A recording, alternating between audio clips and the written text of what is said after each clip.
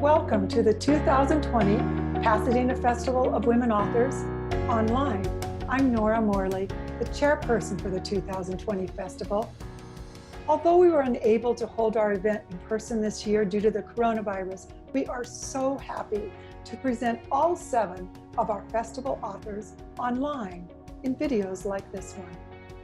Our mission is to recognize the accomplishments of women authors, to advance community dialogue about literature, and to raise money for nonprofit literary programs. I want to thank the volunteers on our committee for all of their hard work.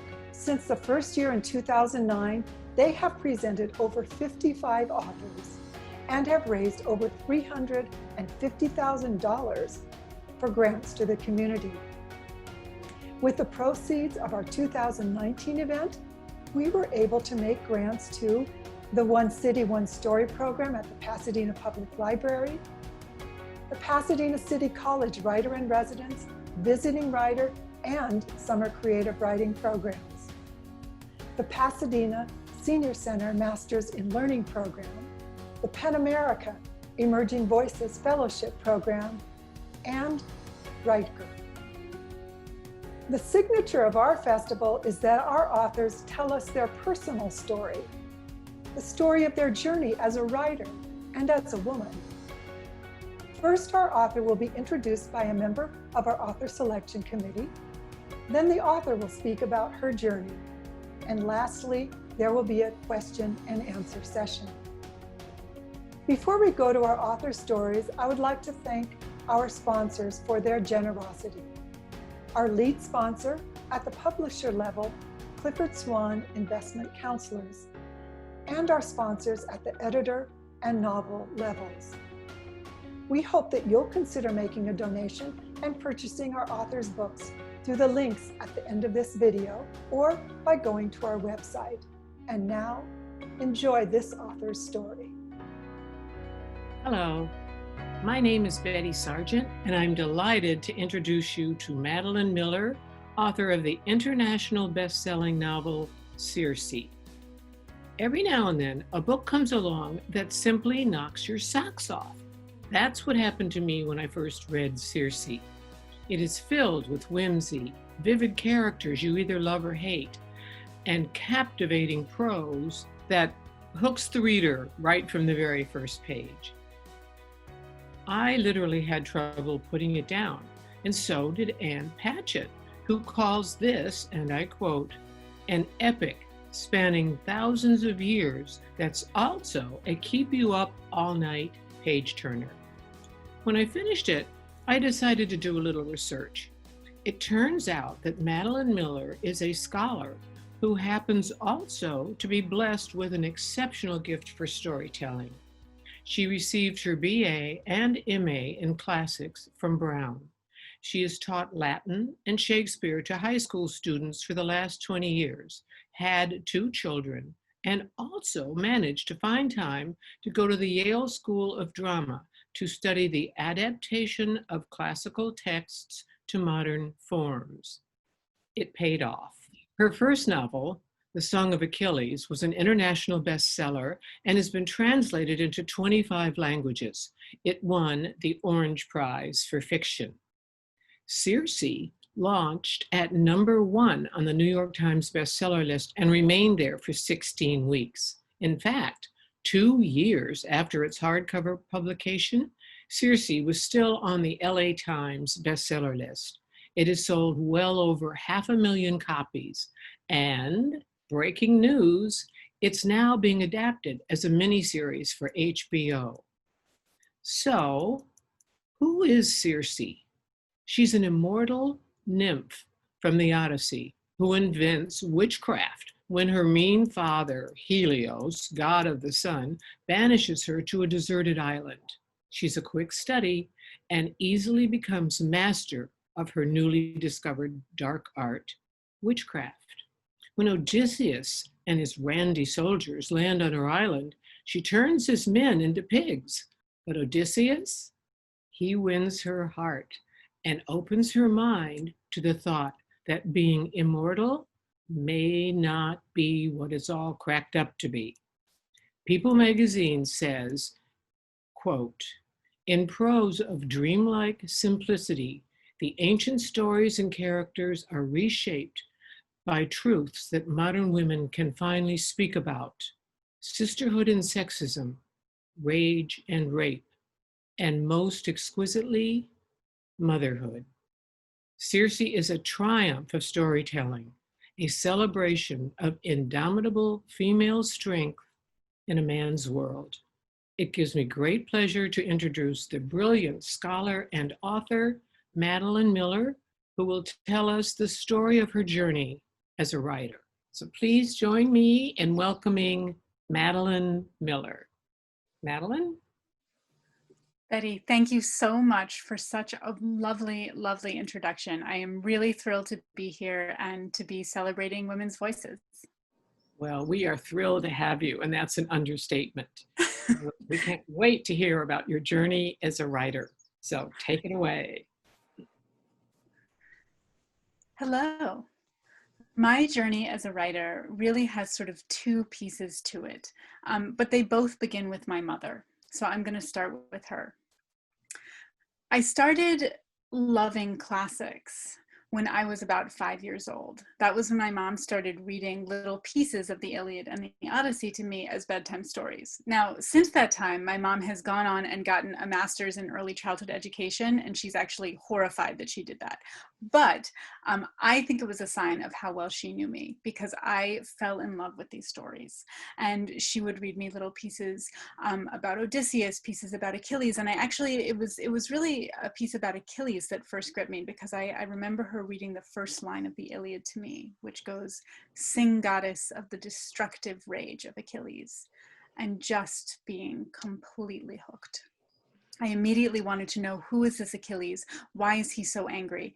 I was sort of drawn into this world of classics. And I think part of what I loved about these ancient stories then, and I still love about them now, is how incredibly fresh they feel. That even though there are gods in them and monsters and centaurs, that really these are stories about humans. They're stories about grief, about parents and children, about love and courage and hope and war and anger. They're about all the things that we are still about today. You know, technology has changed and culture has changed, but humanity is still struggling with all the same things we have always struggled with.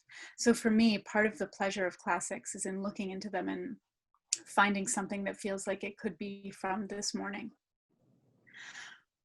As I continued to read more about the classics, I went out and read all the myths I could as soon as I could read for myself.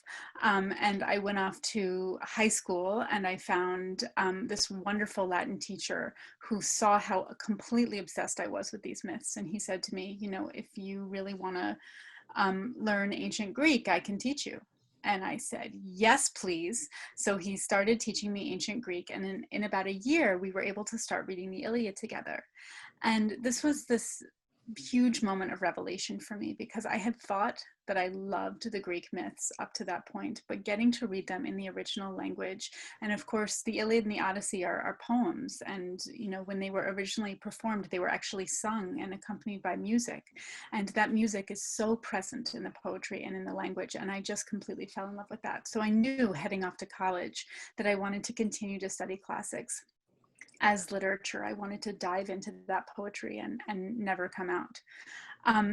Now, as I was doing all this, though, I was also having the same feeling that, you know, as a woman, when you're looking at the Greek mythology, sometimes you're noticing that female characters are a little bit thin on the ground. They tend to be sidelined if they show up at all. They're someone's wife or someone's daughter or someone's mother.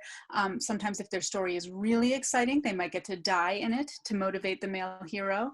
But for the most part, female characters are kept very, very sidelined and contained. Now, there are a few kind of big female villains like Clytemnestra or Medea.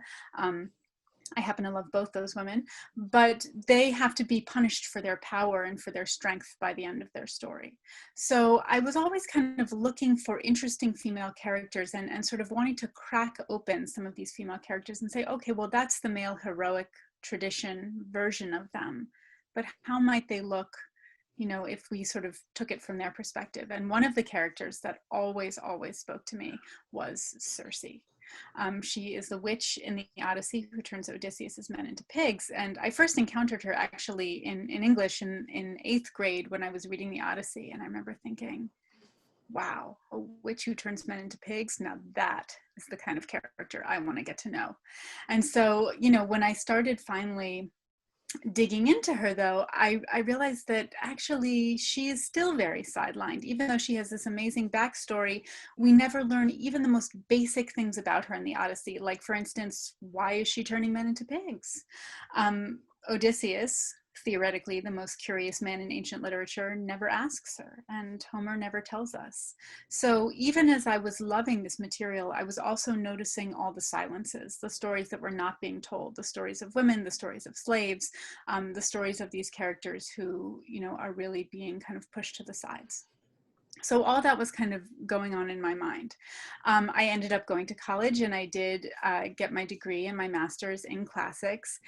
And all the time that I was writing about classics and thinking about classics and loving classics, I never, ever once considered writing about it from a fiction perspective. And what eventually happened was this theatrical production of Troilus and Cressida ended up basically changing my life. My senior year of college, a friend of mine asked me to co-direct a production of Troilus and Cressida. And Troilus and Cressida, if any of you are myth lovers out there, I highly recommend reading Troilus and Cressida because it is Shakespeare's version of the Iliad, and he tackles all these characters. Helen is in it, Cassandra, Ajax, Achilles, Hector, and he lets them all have it. He is pretty much disgusted with all of them over the course of the play. And so it's this very bitter, very satirical, very angry, very funny play. And it was the first time that I was really able to get my hands in and start working with these characters. Now, I don't say this was the first time I was working with them creatively, very deliberately, because I find academic writing actually very creative. I think you have to be incredibly creative to kind of work with these ancient texts. But this was the first time that I was getting to shape people's perspectives. I didn't have to prove everything that I wanted to say. And the characters that were really, really speaking to me were actually Achilles and his lover, Patroclus. And getting to kind of work with them on their story and how their scenes evolved was so exciting to me that when the play was finished, I didn't want to stop. I wanted to keep working with these characters. I wanted to keep shaping their stories and telling them myself.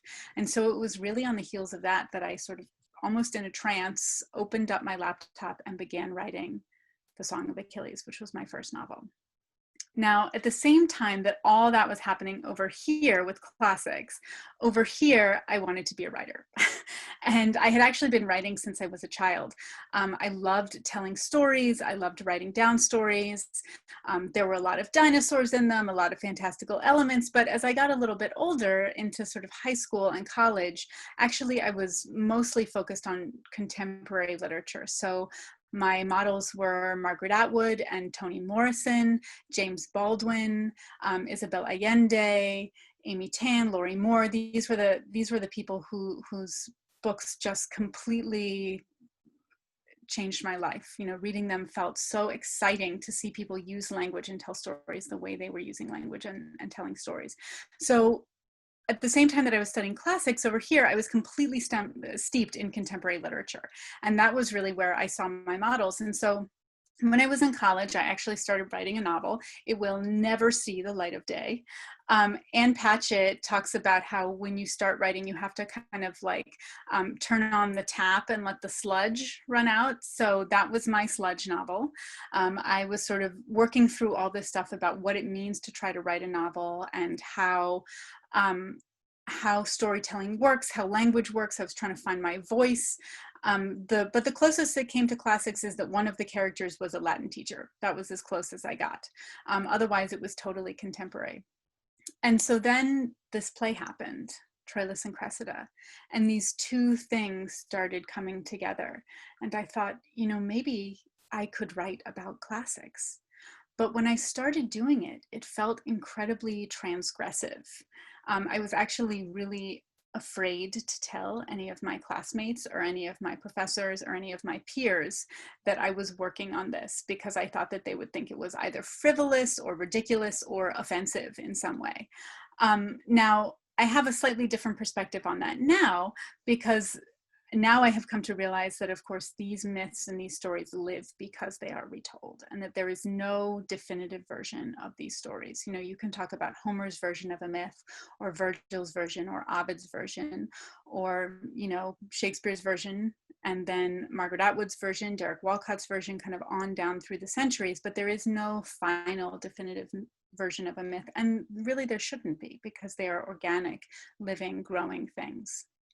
So that's what I would have told my younger self if I could tell them. But at the time, I was just so focused on the fact that maybe my professors would hate me if they found out what I was doing. So I worked on the Song of Achilles for 10 years, pretty much completely in secret. And finally, when it was about to be published, and I literally had the finished copy of the Song of Achilles in my hands, I called up my mentor and I said, so I wrote this novel about Achilles and Patroclus. I hope you're gonna like it. And he said, well, I certainly hope you made them lovers.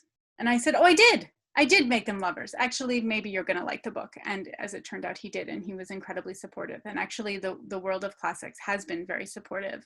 And I've gotten to speak to a lot of classics departments, and it's been really lovely. So my fears were completely unfounded. But I had to wrestle with them for a long time. And as I went into Circe, I had more confidence about that, and sort of I felt easier about doing things like changing things from the original myths, or pushing back on them, or exploding them, because I felt like, well, you know, now I can really kind of get my hands in this story. This is, you know, Circe's story has been dominated by the male perspective for so long, so now I can really push back against it.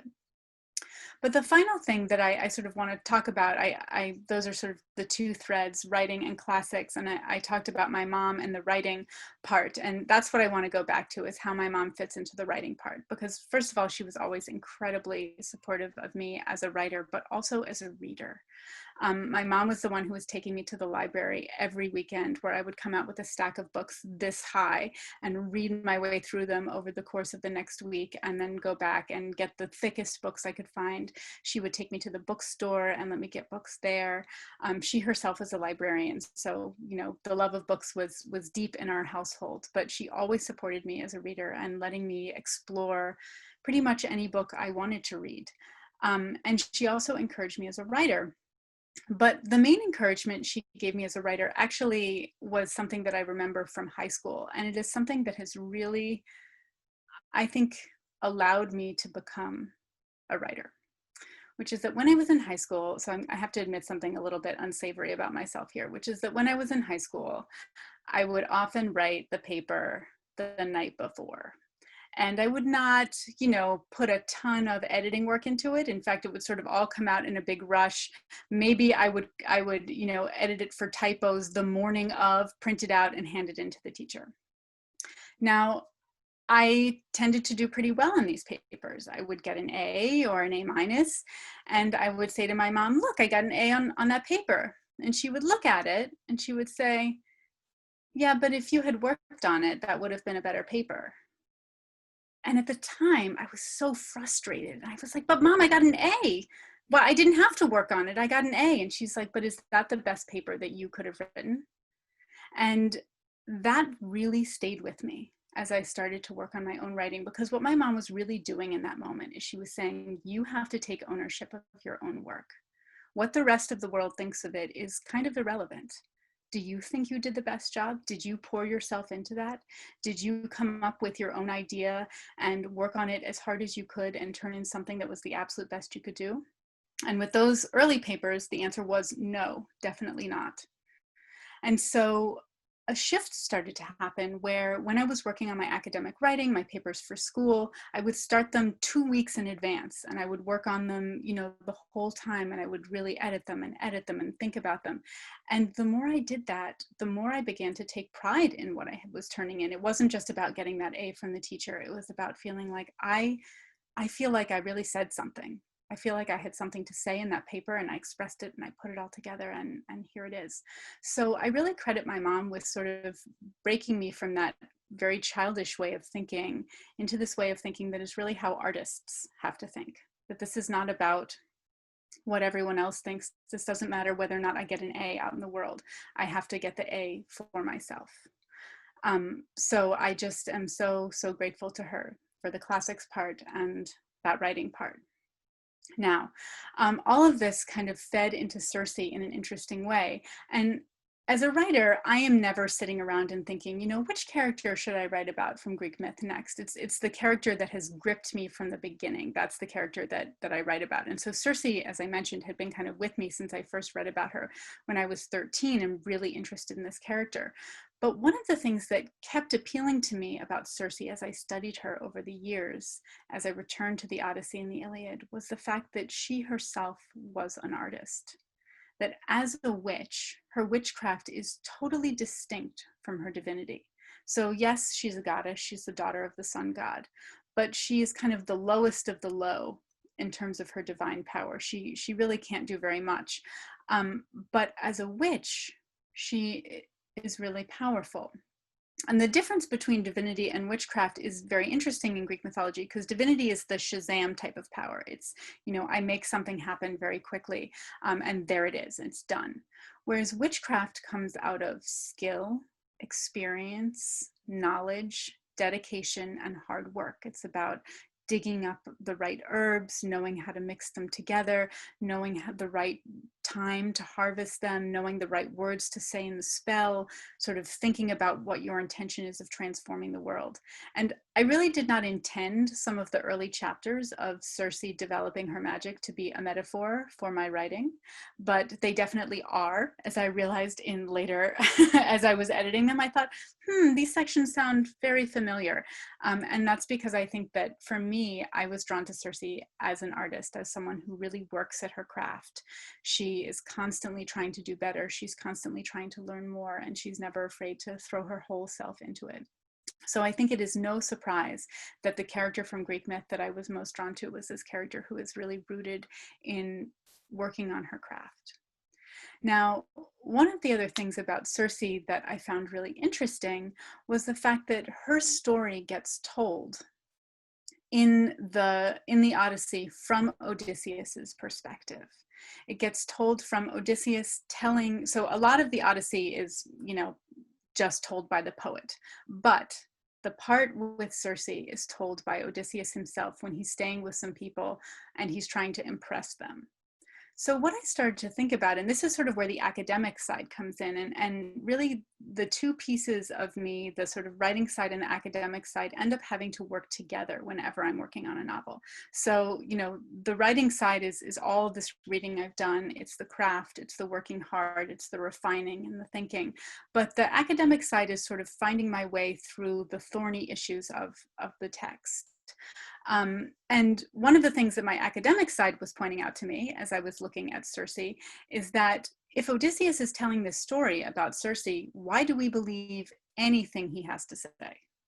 Odysseus, if you know Greek mythology, is the great liar of ancient literature. He lies his way across the Mediterranean in the Odyssey. He's constantly sort of spinning himself, presenting himself in different ways to his own advantage. And if you look at the Circe episode in the Odyssey through that light of Odysseus telling it himself to try and make himself look good, suddenly the story starts to look really suspicious. I showed up on this beautiful island and I sent my men to go get help from someone who lived there, and it was a terrifying witch, and she totally got the jump on them, and she turned them all into pigs. But then I came, and I tamed her, and she threw herself at me, and she was super hot. And then, she invited me to live on her island for a year. And so as you realize that story is, oh, this is Odysseus just self-aggrandizing. This is really not something that I have to listen to at all. And so my academic self kind of gave permission to my novelist self to say, this is Odysseus talking. You don't have to take any of that. You can imagine it from inside Circe's head and really overturn it and sort of do your own thing with it. So for me, those two pieces are really still working together now. It's very important that they keep on kind of functioning together. And I talked a little bit about with Song of Achilles, how nervous I was. I feel like in the beginning, oftentimes they were a little bit, it felt like they were at loggerheads. I wanted to create, but I had to stay faithful. Whereas now they feel like they are completely integrated. And the last thing I'll say about this is actually, it was my academic side that gave me the architecture of the whole novel for Circe. Because one of the things I do when I am writing about these myths is I go and read absolutely every version of the myth I can find, every version of Circe's story, of Odysseus's story, of all the tangential characters that touch her story. And in Homer, I found this really interesting description of Circe. She's described as the dread goddess, the terrifying goddess who speaks like a human. And that word, speaking like a human, is just one word in the Greek, audeessa. And it's kind of a mysterious word. It's actually a word that scholars have debated for a very long time about sort of what it means. It's also applied to Achilles' talking horses, which doesn't really clear things up. Sometimes people describe it as being the quality of a character's voice or a language that they speak. But as a novelist, that was like this incredibly fruitful seed that started working on my imagination. What would it be like to be a goddess who spoke like a human? Well, you would end up being an outcast among the gods, but you wouldn't really fit in among humans either. You would end up straddling these two worlds, but not fully belonging to either. So what I'm really saying, I guess, is that I owe it all to my mom. And I'm incredibly grateful for all those disparate threads that came together to build this character, this strong, creative, complex character who still has great empathy, who still speaks like a human. Brilliant, Madeline. Oh, it just makes me weep. It's so fabulous and complex and strong and academic and fantasy filled at the same time. It's really stunning. I love knowing all these things about what went into your creation of this character. Thank you so much. It's fabulous. Thank you. Wow. So now we're going to invite our audience back and see what kind of questions they have for Madeline about this great presentation that she just gave us. Audience, welcome. Our first question today is from Akila. Akila? Thank you, Betty. My name's Akila Gibbs, and I'm the Executive Director of the Pasadena Senior Center. I'd like to first thank the Pasadena Festival of Women Authors for their commitment to literature in our community and for their support of nonprofits. Madeline, I found your journey so inspiring, and I'm just wondering what inspired you to write a novel about Circe? Thank you so much, Akila. I am really excited to be here, and thank you for that question, because there were a lot of different pieces of Circe's journey that really inspired me. I talked a little bit about how I loved her witchcraft and her power, but one of the things about sort of female characters in mythology is oftentimes their stories are very tragic. If they have a story at all, it's a sad story. And that is somehow not the case with Circe, that even though she wields all this power, she has independence. She lives on an island by herself with tame lions and wolves. She is not punished for that by the end of her story. And I feel like there are so many stories about women's spirits being broken, being crushed, being destroyed, dying at the end. And I really wanted to tell a story that had hope in it, that was a story about a woman coming into her power, finding her voice, finding her way in a world that was hostile to her.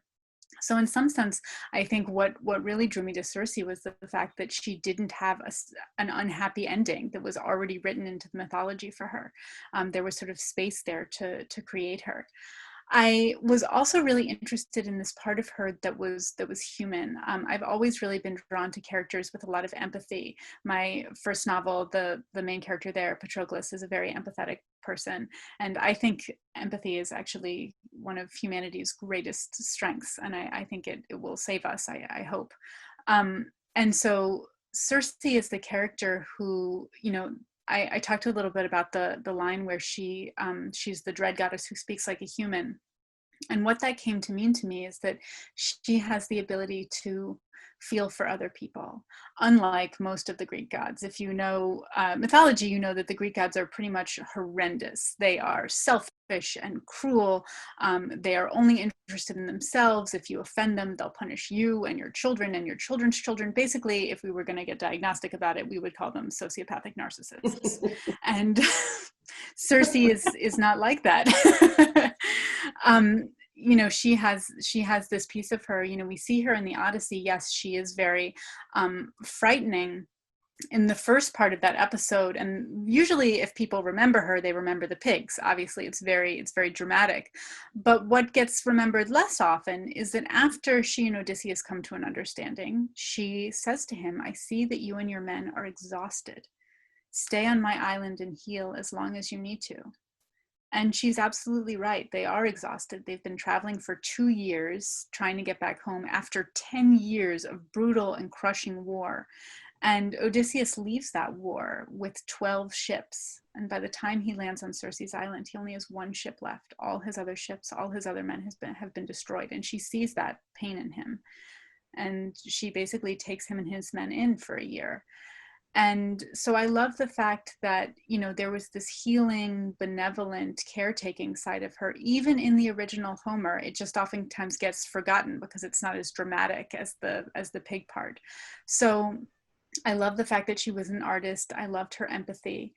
And I was also really interested in sort of creating a character that that honors lots of different parts of you know, a woman's life. So Circe happens to be a mother, so that section was very important to me. I loved the fact that she, you know, gardens and she has pets that she loves, and she, you know, works at the loom and she sings. Sort of these parts that are often not considered important enough for epic literature, but are such nourishing parts of our life. So I liked the fact that she had all those pieces kind of woven in to her story, that she felt like a very complex figure to me. Wow, how fascinating. Well, thank you for sharing her compassion and her strengths with us. Thank you so much. And now our next question will be coming from Amanda. Amanda? Hi, Madeline. Thanks so much for coming and talking with us. My name is Amanda, and I'm an alumna of Right Girl. And my question for Madeline is, how did you go about creating the personalities of mythological creatures? That is the real question. And I feel like it's very obvious that that's coming from a writer. You must be a writer, because that's a very naughty craft question. So I think that I mentioned sort of reading everything I could find on the characters, but I definitely did not use everything I found. And I think that this is where, in some ways, my theater background becomes really helpful, because what I wanted all these characters to feel like is that they were standing right in front of me talking to me. They were these fully developed characters, fully developed people. So even the side characters, I wanted to be whole and full. And where I went with that was really sort of based on instinct. And oftentimes characters surprised me by being more one way or more another way. Sometimes I was drawing on little clues from the original. For example, Circe's brother, Aeetes, he's described in Homer as Aeetes whose mind is bent on destruction. And I thought, wow, that would be intense to have a brother like that. And so although Aeetes doesn't start that way, or he sort of is a little bit more, you know, when he's a child, he's not quite that way. I wanted to follow that development so that by the time we meet him, you know, as an adult, he is bent on destruction. So I was sort of taking that as my end point and using that to backfill the story with Circe. I also thought about sort of what are the pieces of the story that resonate the most with me. So Medea, the other great witch of ancient literature, is also a character. And what has always spoken to me about her story is just how incredibly young she is. That when she, you know, runs away with Jason, she has basically been nowhere else. She's just been on this island with her father, whose mind is bent on destruction. And here she is thrown out into the world, and into a world that is really hostile to her, because according to the Greeks, she was a foreigner. She was from the area on the Black Sea, which is, Turkey. And so she was seen as this totally foreign person coming in, as she was subjected to a lot of cruelty in the mythology. And so that's sort of that outsider feeling of her I was pulling in, and her defensiveness and her youth. Those were things I was thinking about. So it was very instinctive. It really is based on what speaks to me. And I what's wonderful about myth is that there's no right way to do it. For example, I think you could write a story where Daedalus is a villain. Daedalus doesn't have to be a wonderful character, but my Daedalus was always, to me, he was the first fellow artist that Circe meets. And, he creates things with his hands just as she does. And he's really invested in sort of transforming the world as she is. And so he became and I've always been drawn to Daedalus's relationship with his son, and how he's this very loving father. And so I let his story blossom out of that. So there isn't a hard and fast rule, except for listen to your instincts. And if they're not working, then try again. But kind of there's a feeling to it. It's almost like tuning an instrument. You're sort of listening for what's that right note. Yes, there it is. And sometimes characters just come to me. They just show up, like Circe's sister Pasiphae. Wow, she was like that from the beginning. And I think there's some part of my brain that was thinking, if you were the mother of the Minotaur, as Pasiphae is, you would have to be a pretty intense person. And so thinking about what kind of intensity she would have. But also, I always want to sort of be allowing more dimensions to these characters. So Pasiphae starts out as kind of a villain of the piece, but she eventually, we sort of see that she's struggling with some of the same things that Circe is struggling with. So allowing that complexity to all come in. The final thing I'll say about this is that there was this, is that I really do take a lot of inspiration from those small lines here and there. But again, you don't have to do it. Like there's a description of Circe in Ovid where, he makes her very pathetic, very kind of obsessed with, falling in love, and she's very shallow. All of that, I was like, no, goodbye, Ovid. I'm not interested in that. But he does have this one line about her where he says that Circe has a temperament more fitted for love. And Ovid is using that expression in a way, he's talking about romantic love, passionate love. But I think you can also kind of take bits. I was like, yeah, okay, no. But I like this idea of her having a more, a temperament that's fitted for love, that she is this loving person. That line and the line of her speaking like a human suddenly came together and became the same idea for me. So follow your instincts, trust your instincts, and try to talk to them as if they're standing right there in front of you. And our next question comes from Ashley. Ashley, what's your question? Hello, thank you so much for having me here. My name is Ashley. I'm a former member of Right Girl. I'm a Right Girl alum, so very, very excited to be here. So I'm really, I was so captivated by this story, and I saw a lot of myself actually in this character. So I was wondering, I sort of think of Circe as a feminist novel, and I was just curious how you relate Circe to today. Thank you for that question and that incredibly kind comment.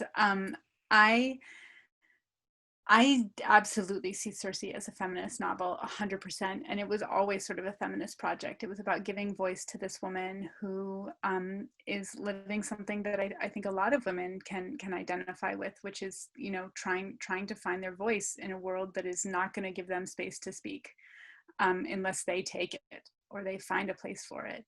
And how hard that can be and how challenging that can be. So I also wanted to look at sort of other things that, that women struggle with, but I also feel like it is in the ancient material. When I'm working with the ancient material, I never feel like I'm taking something from now and forcing it onto it, because it just feels like all the opportunities are there.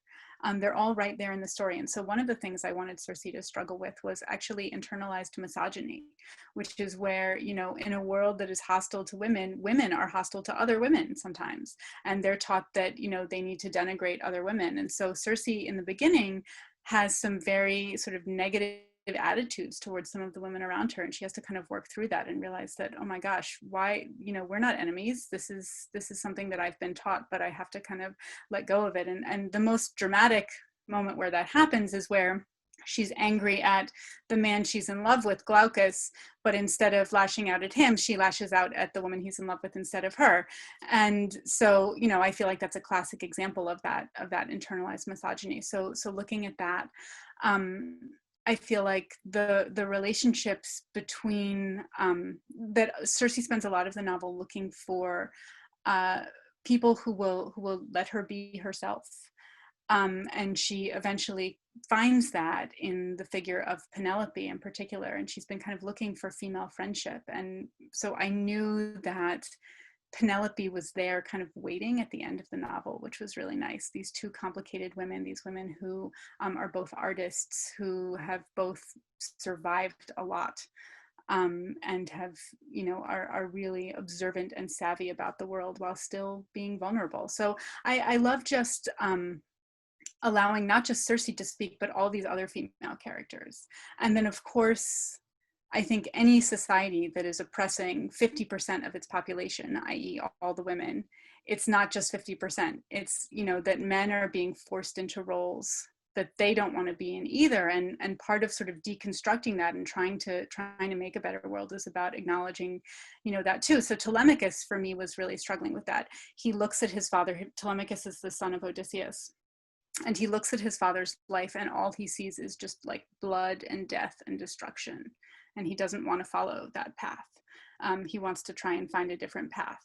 So looking at sort of how that traps everybody, but also of course, you know, one of the things that was sadly very present in the ancient world and is very present now is abuse and sexual assault. And that was something that, you know, Circe does encounter in the novel. And I felt like I wish that weren't timeless, but I think it is. And I think that we have made a lot of progress, but I think there's still a long way to go. Absolutely. Thank you so much. Thank you so much. And now we have a question from Vanitha. Hi, thank you, Betty. And I'm Vanitha Swaminathan, Professor of English from Pasadena City College. And I'm very, very proud and honored to say that the Writer in Residence program of Pasadena City College is funded by the Pasadena Festival of Women Authors. And this program enriches, you know, the cultural environment of PCC. My question to you is, what part of the process was most difficult for you, Madeline? Thank you for that. And thank you also for all you are doing to support young voices and new voices. I feel like we need them. So for me, Circe took 7 years for me to write. And the first 5 years of those 7 years was really just me trying to find her voice, and trying to find how she spoke, what words she would use, and really to be able to hear it in my head. And that's where all the work comes in. It was the same thing for my first novel. It was kind of 5 years to find the voice. And it's a lot of trial and error. It's a lot of writing 50 pages and throwing them all out, and writing them again and throwing them out, and again and again and again. And I'm sort of, I can now talk a little bit about sort of what I was looking for in Circe's voice. I wanted a voice that was very direct and very honest and very open, because I think that's who Circe is as a person, but also had this sort of archaic quality, formality that comes from being born in the halls of eternal beings, and also a deep connection to the natural world, which is where she spends all her time. So, you know, all of that I can sort of talk about now, but I have to find that organically, because I never want to be reaching for a sentence, you know, trying to kind of force a voice onto a character. She really has to live in my head. In fact, my theater background is as a director, not as an actor, but I have friends who joke that I'm a method writer, that I sort of have to wear the character and live inside them and be able to see through their eyes. So that was the hardest part, is those first 5 years. And actually at year 5, I was so frustrated that I said, well, I guess I'm just not going to get it. I guess I'm only just going to write one novel, and that's it. So I decided to take a break, and I worked on another work that is actually, I'll talk a little bit more about in a minute, but I'll work on something else, and working on that somehow inspired me to go back to Circe. And I looked at this 1,000-page document of total junk, and reading through it, I realized, okay, here's something. That's what I need. Everything else has to go. And I sort of saw it. I got it. So it's patience and finding the voice. And now our next to last question is from Liz. Hi, Madeline. I am Liz White. I'm on the author selection committee for the Pasadena Festival of Women Authors. I learned so much from you about you and your mom and your journey. Appreciate it very much. I have a question for you. We just learned that your Circe is going to be made into an HBO miniseries, and I wanted to know what role you might have in the development of it. Oh, thank you. And thank you so much. The short answer is not a very big role, but the longer answer to that is that I was really, really very choosy about sort of where I wanted to place Circe and who I wanted to give it to. And so the producers that I gave it to were really so bonded with the book and really understood it. And they were quoting lines to me that for me were really the heart of the novel. So I felt like they, you know, we had a number of different conversations, and I felt like they understood it all the way through and were really as passionate about what I was passionate about it. You know, we both had the same passion for the story, about this being Circe's story. You know, this isn't an opportunity to tell Odysseus's story. This is on, you know, he should just be a cameo. This is on Circe's. This is about Circe's life, and, you know, her trying to find her voice. And so I think I have great confidence in them. And the truth is that I have absolutely no background in screenwriting anyway. I have no idea. Now, if this were a stage production, I would be being a lot more controlling. But I feel like, you know, I should leave this to the pros, because I don't know anything about how to do this. And I feel like they really do. So I'm actually really looking forward to seeing the transformation, because, you know, every time you move work to something else, there has to be a transformation. So I can't wait to see how they transform it. Mm-hmm. That'll be exciting. Thank you. And Madeline, one final question. Are you able to tell us a little bit about what you're working on now? Sure. So I mentioned how important that production of Troilus and Cressida was. After that, I fell in love with Shakespeare and with directing. So I went on to do a lot of other Shakespeare plays and to really do kind of a deep dive into directing Shakespeare. But there was one play that I never wanted to direct. I didn't enjoy directing it at all, which is The Tempest. So that is, of course, the one I want to write a novel about. And The Tempest, right? So The Tempest is, in some ways, I think comes right out of Circe. They're magic and witches and islands. But I'm really looking forward to living in its world. So I've been tentatively working on that. Great. Oh, I can't wait. Well, this has been so extraordinary. You really are a gifted woman, and we are honored to have you as a part of the festival. We appreciate it so much. And this was such a pleasure. Thank you. And we'll have you back the next time, please. And the good news for the audience, after we close here, you'll be able to purchase Circe and Song of Achilles by clicking on the link, which will be presented to you. Thank you all so much. This has really been marvelous. Thank you.